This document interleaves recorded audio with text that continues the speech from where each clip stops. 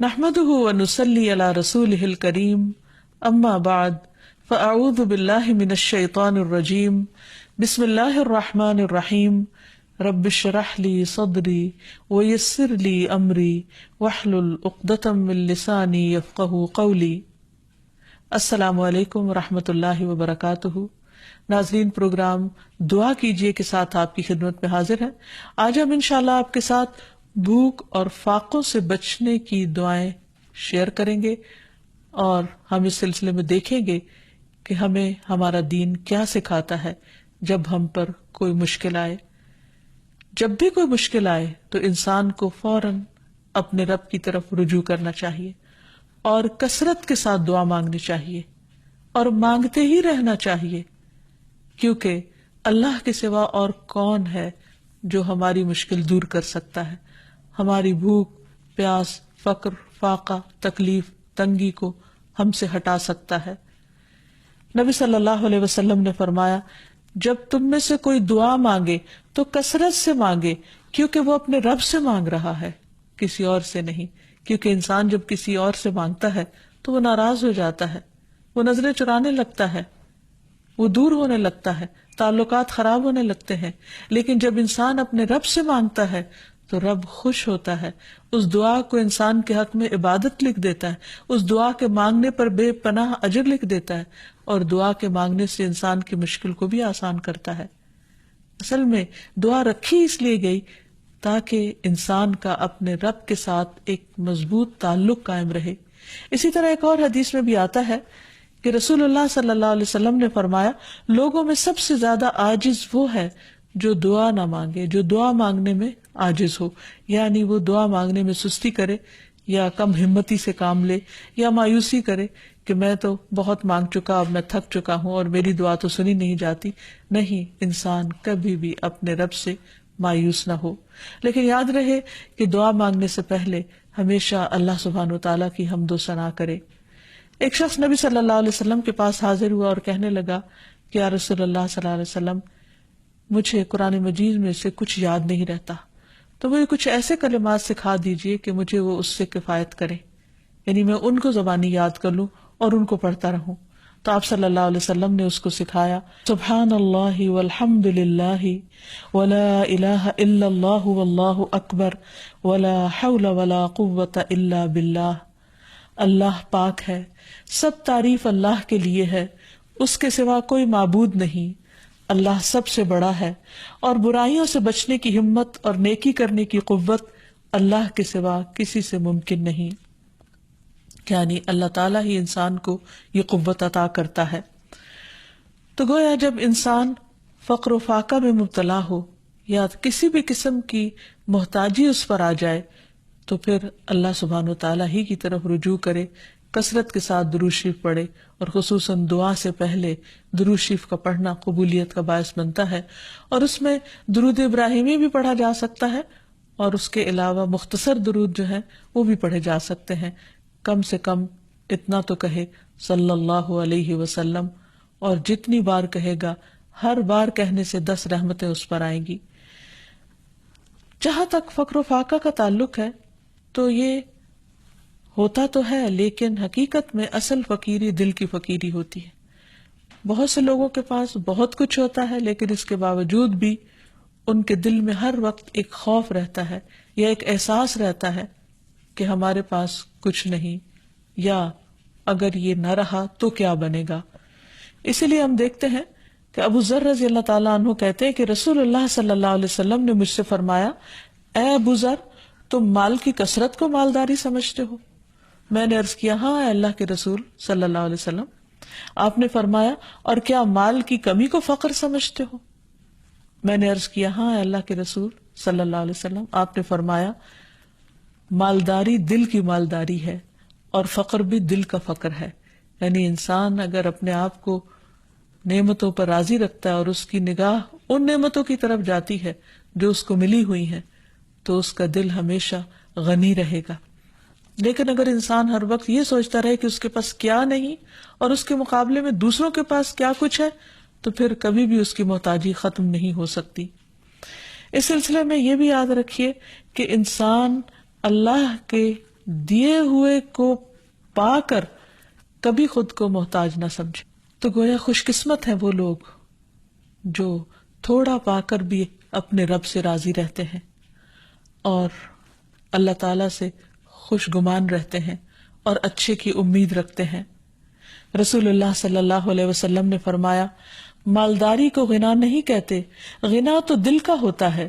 جب اللہ کسی بندے کے حق میں خیر و بھلائی کا ارادہ کرتا ہے تو اس کے نفس میں غنا اور دل میں تقوی پیدا کر دیتا ہے، اور جب اللہ کسی بندے کے حق میں شر کا ارادہ کرتا ہے تو اس کی فقیری کو اس کی دونوں آنکھوں کے سامنے رکھ دیتا ہے اور اسے سوائے اپنے فقر اور محتاجی کے کچھ نظر نہیں آتا. لہذا اس کی کنڈیشن میزریبل ہو جاتی، وہ ہر وقت پریشان اور دکھی رہتا ہے اور وہ ان نعمتوں کو بھی انجوائے نہیں کر سکتا جو اللہ تعالیٰ نے اس کو دی ہوئی ہیں. اگر انسان غور کرے کہ اس کی اگر خدا نہ خواستہ آنکھ چلی جائے تو کیا دنیا بھر کی دولت خرچ کر کے بھی وہ آنکھ لے سکتا ہے واپس؟ یا اگر اس کے جسم کا کوئی اور حصہ چلا جائے، ضائع ہو جائے، تو کیا دنیا بھر کی دولت خرچ کر کے وہ اس طرح کی نعمت واپس لوٹا سکتا ہے؟ ہرگز نہیں. ہمارے جسم کا ایک ایک حصہ لاکھوں کروڑوں کا ہے، ہم کہیں سے بھی محتاج اور فقیر نہیں اگر ہم اپنے پاؤں پہ چلتے ہیں اور اپنے ہاتھوں سے کام کر سکتے ہیں. اور اللہ تعالیٰ نے ہمیں نگاہوں کی روشنی عطا کر رکھی ہے اور سننے کی طاقت، اور ہمارا دل دھڑکتا اور ہمیں زندگی نصیب ہے، تو اللہ سبحانہ وتعالیٰ باقی نعمتیں بھی ہم پر آسان کر دے گا. صرف یہ کہ انسان وقتی طور پر کسی آزمائش سے نہ گھبرائے. پھر اسی طرح فقر و فاقہ چونکہ ایک آزمائش ہے تو اللہ تعالیٰ مختلف لوگوں کو مختلف طریقے سے آزماتا ہے. تو کچھ لوگوں کو فقر سے آزماتا ہے، اور اس میں صرف یہ نہیں کہ کسی عام انسان کو، بلکہ اللہ تعالیٰ نے اپنے بڑے بڑے نیک بندوں کو بھی اس سے آزمایا ہے. لیکن عام حالات میں فقر و فاقہ کے جو اسباب ہمیں قرآن و سنت سے پتہ چلتے ہیں ان میں سے ایک وجہ دین سے دوری بھی ہے. معقل بن یسار کہتے ہیں رسول اللہ صلی اللہ علیہ وسلم نے فرمایا تمہارا رب فرماتا ہے اے ابن آدم میری عبادت کے لیے فارغ ہو جا تو میں تیرے دل کو غنا سے اور تیرے ہاتھ کو رزق سے بھر دوں گا. اے ابن آدم مجھ سے دور نہ ہو ورنہ میں تیرے دل کو فقر سے اور تیرے ہاتھ کو شغل اور مصروفیت سے بھر دوں گا. یعنی تم کام بھی کرتے رہو گے لیکن تمہارا غم کبھی دور نہیں ہوگا. قرآن مجید سے بھی ہمیں واضح طور پر یہ بات پتہ چلتی ہے کہ جو شخص اللہ کے ذکر سے منہ موڑتا ہے اللہ تعالیٰ دنیا کی زندگی بھی اس پر تنگ کر دیتے ہیں. فرمایا وَمَنْ أَعْرَضَ عَنْ ذِكْرِي فَإِنَّ لَهُ مَعِيشَةً ضَنْكًا وَنَحْشُرُهُ يَوْمَ الْقِيَامَةِ أَعْمَى. فرمایا اور جو میری یاد سے منہ موڑے گا تو اس کی زندگی تنگ ہو جائے گی اور قیامت کے دن ہم اسے اندھا کر کے اٹھائیں گے. اور حقیقت یہ ہے کہ یہ آیت بالکل سچی ہے، کیونکہ جو شخص صرف دنیا کی محبت میں مبتلا ہو جاتا ہے اور دنیا ہی کا ہم و غم پال لیتا ہے پھر اس کی یہی کیفیت ہو جاتی ہے کہ سب کچھ ہوتے ہوئے بھی اس کے اندر تنگی رہتی ہے. رسول اللہ صلی اللہ علیہ وسلم نے فرمایا جو اپنی فکر آخرت کو بنا لیتا ہے تو اللہ تعالیٰ اس کے تمام امور کو جمع کر دیتا ہے اور اس کے دل کو بے نیاز کر دیتا ہے اور دنیا اس کے پاس ذلیل ہو کر آتی ہے. اور جس کی نیت صرف دنیا حاصل کرنے کی ہو یعنی وہ آخرت کو بھولا ہوا ہو اللہ اس کی تنگیوں کو اس پر کھول دیتا ہے، اس کا فقر اس کی آنکھوں کے سامنے آتا ہے اور اسے صرف اتنی ہی دنیا ملتی ہے جتنی اس کے لیے لکھی جا چکی ہوتی ہے، اس سے زیادہ نہیں ملتی. تو اس لیے انسان کو ہمیشہ اللہ سبحانہ وتعالیٰ کی طرف رجوع کرنا چاہیے اور جو کچھ انسان کو ملا ہے اس پر راضی رہنا چاہیے، شکر ادا کرتے رہنا چاہیے اور فقر و فاقہ کے علاج کے لیے اللہ تعالیٰ سے ہی دعائیں کرنی چاہیے. ابو ذر غفاری کہتے ہیں نبی صلی اللہ علیہ وسلم اللہ سبحانہ وتعالیٰ سے روایت کرتے ہیں کہ بے شک اللہ تعالیٰ فرماتا ہے اے میرے بندو تم سب بھوکے ہو سوائے اس کے کہ جسے میں کھلاؤں تو تم مجھ سے کھانا مانگو میں تمہیں کھلاؤں گا. اے میرے بندو تم سب برہنہ ہو سوائے اس کے جسے میں لباس پہناؤں تو تم مجھ سے لباس مانگو میں تمہیں لباس پہناؤں گا. تو حقیقت یہ ہے کہ سب کچھ دینے والا اللہ ہے، اس لیے انسان اپنی چھوٹی سے چھوٹی اور بڑی سے بڑی ضرورت اللہ تعالیٰ کے سامنے ہی رکھے، اور جب انسان اللہ سے مانگتا ہے تو اس کا فقر دور ہو جاتا ہے. اور اللہ پر بھروسہ ہی دراصل انسان کو غنی کر دیتا ہے، اور اللہ تعالیٰ اپنے فضل سے بندوں کو غنی کرتا ہے اور ان پر اپنی رحمت نازل کرتا ہے. قرآن مجید میں آتا ہے وَأَنَّهُ هُوَ أَغْنَى وَأَقْنَى، وہی تو ہے جس نے غنی کیا اور دولت عطا کی. بعض اوقات وہ دے کر لے لیتا ہے، بعض اوقات دینے کے بعد پھر وہ مزید دیتا ہے، اور یہ سب اس کے اپنے فیصلے ہیں. لیکن انسان کو ہر صورت میں اللہ تعالیٰ کی طرف ہی رجوع کرنا چاہیے اور اللہ تعالیٰ کی تقسیم پر راضی رہنا چاہیے، قناعت اختیار کرنی چاہیے. اور جب انسان پر فقر و فاقہ یا بھوک کی کوئی کیفیت طاری ہو تو نبی صلی اللہ علیہ وسلم کی بھوک کو یاد کر لینا چاہیے. یہ حدیث یاد رہے کہ رسول اللہ صلی اللہ علیہ وسلم اس دنیا سے رخصت ہو گئے اور آپ نے کبھی جو کی روٹی بھی آسودہ ہو کر نہیں کھائی. ایک اور روایت میں آتا ہے کہ رسول اللہ صلی اللہ علیہ وسلم بعض اوقات سارا دن بھوک کی وجہ سے بے قرار رہتے تھے، اور آپ کوئی خراب کھجور تک گھر میں نہیں پاتے تھے کہ جس سے آپ اپنا پیٹ بھر لیں، حالانکہ آپ اللہ کے محبوب تھے. تو اس سے یہ پتہ چلتا ہے کہ ضروری نہیں کہ جو شخص فقر و فاقہ کا شکار ہو جائے اللہ تعالیٰ اس پر ناراض ہی ہو. بعض اوقات اللہ تعالیٰ اپنے پیارے بندوں کو آزماتا ہے، انہیں مختلف طرح کے امتحانوں میں ڈالتا ہے تاکہ انہیں اور زیادہ اپنا مقرب بنا لے. پھر اسی طرح انسان جب دعائیں کرے تو جو دعائیں ہمیں قرآن و سنت میں سکھائی گئی ہیں ان سے خاص طور پر اللہ تعالیٰ سے مدد مانگتا رہے، کیونکہ ساری تکلیفیں صرف اللہ ہی دور کرتا ہے.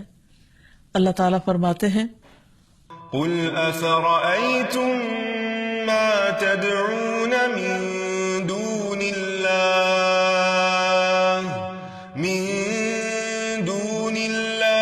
إِنْ أَرَادَنِيَ اللَّهُ بِضُرٍّ هَلْ هُنَّ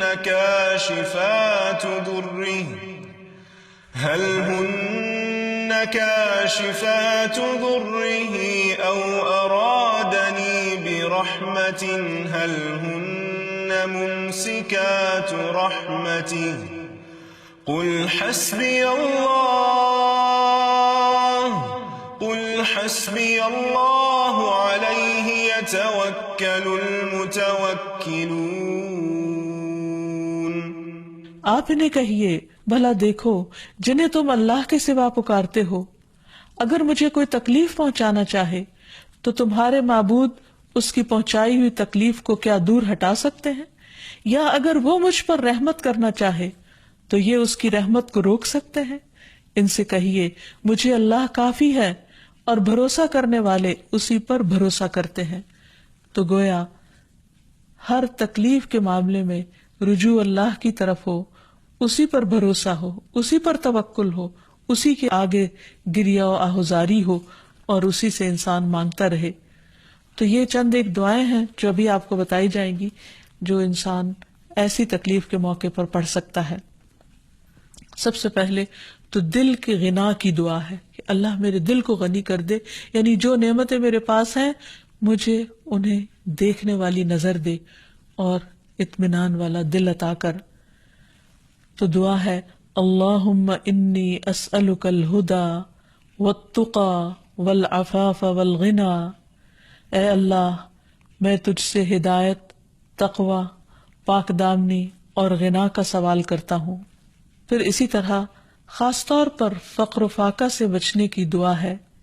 نبی صلی اللہ علیہ وسلم صبح و شام یہ دعا مانگا کرتے تھے، اللہم انی اعوذ بک من الکفر والفقر، اللہم انی اعوذ بک من عذاب القبر، لا الہ الا انت. اے اللہ میں کفر اور فقر سے تیری پناہ میں آتا ہوں، اے اللہ میں عذاب قبر سے تیری پناہ میں آتا ہوں، تیرے سوا کوئی معبود نہیں. آپ یہ کلمات 3 مرتبہ صبح اور 3 مرتبہ شام کو دہرایا کرتے تھے. یعنی آپ سوچئے کہ نبی صلی اللہ علیہ وسلم جو اللہ کے محبوب تھے صبح و شام فقر و فاقہ سے بچنے کی دعا کیا کرتے تھے. اسی طرح ایک اور دعا ہے، نبی صلی اللہ علیہ وسلم دعا کرتے اللہم انی اعوذ بک من الفقر والقلة والذلة وأعوذ بك من أن أظلم أو أظلم. اے اللہ میں فقر و فاقہ، قلت اور ذلت سے تیری پناہ میں آتا ہوں، کیونکہ بعض اوقات فقر و فاقہ انسان کو ذلیل کر دیتا ہے، اور اس بات سے تیری پناہ میں آتا ہوں کہ میں کسی پر ظلم کروں یا کوئی مجھ پر ظلم کرے.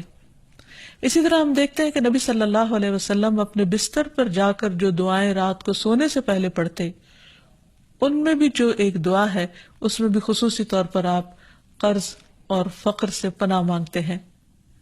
ابو ہریرہ روایت کرتے ہیں کہ رسول اللہ صلی اللہ علیہ وسلم جب بستر پر تشریف لاتے تو کہا کرتے تھے، اللہم رب السماوات والارض ورب کل شیء فالق الحب والنوى ومنزل التوراة والانجیل والقرآن اعوذ بک من شر ذی شر انت آخذ بناصیتہ انت الاول فلیس قبلک شیء وانت الآخر فلیس بعدک شیء وانت الظاہر فلیس فوقک شیء وانت الباطن فلیس دونک شیء اقض عنی الدین واغننی من الفقر.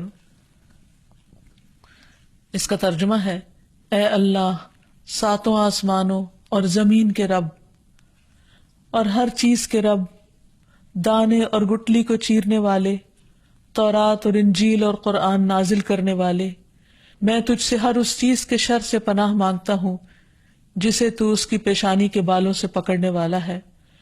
تو سب سے پہلے ہے، تجھ سے پہلے کچھ نہیں، تو ہی آخر ہے، تیرے بعد کچھ نہیں، تو سب سے اوپر ہے، تیرے اوپر کچھ نہیں، اور تو ہی باطن میں ہے، تجھ سے مخفی کچھ نہیں.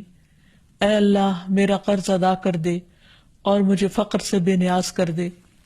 تو اس میں آپ دیکھیے کہ اللہ سبحانہ وتعالیٰ کی صفات کا ذکر ہوا ہے کہ اللہ سبحانہ وتعالیٰ ساتوں آسمانوں اور زمینوں کا مالک ہے. اور آپ دیکھیے کہ زمین کے ایک چھوٹے سے ٹکڑے میں بھی کتنی خیر و برکت ہوتی، کتنی بھلائی ہوتی. کہا یہ کہ وہ پوری زمین کا مالک، اور صرف اس زمین کا نہیں، باقی زمینوں کا بھی مالک، تمام ستاروں سیاروں کا مالک، سارے آسمانوں اور جو کچھ ان کے اندر ہے ان سب کا مالک. اور پھر فالق الحب والنوا کہہ کے یہ بتایا گیا کہ اللہ تعالیٰ زبردست قدرت کا مالک ہے. وہ زمین کے اندھیروں میں بیج اور گٹلی کو پھاڑتا ہے اور اس سے بہترین پودے نکالتا ہے جس میں انسان کے رزق کا سامان ہے. پھر زمین سے بھی کچھ رزق نکلتا ہے اور آسمان سے بھی اترتا ہے. پھر تورات، انجیل اور قرآن روحانی رزق ہیں، ان کا ذکر کیا گیا. ان تمام چیزوں کا ذکر کر کے اللہ تعالیٰ کی صفات بیان کر کے پھر ہر چیز کے شر سے پناہ مانگی گئی جس کا کنٹرول اللہ کے ہاتھ میں ہے.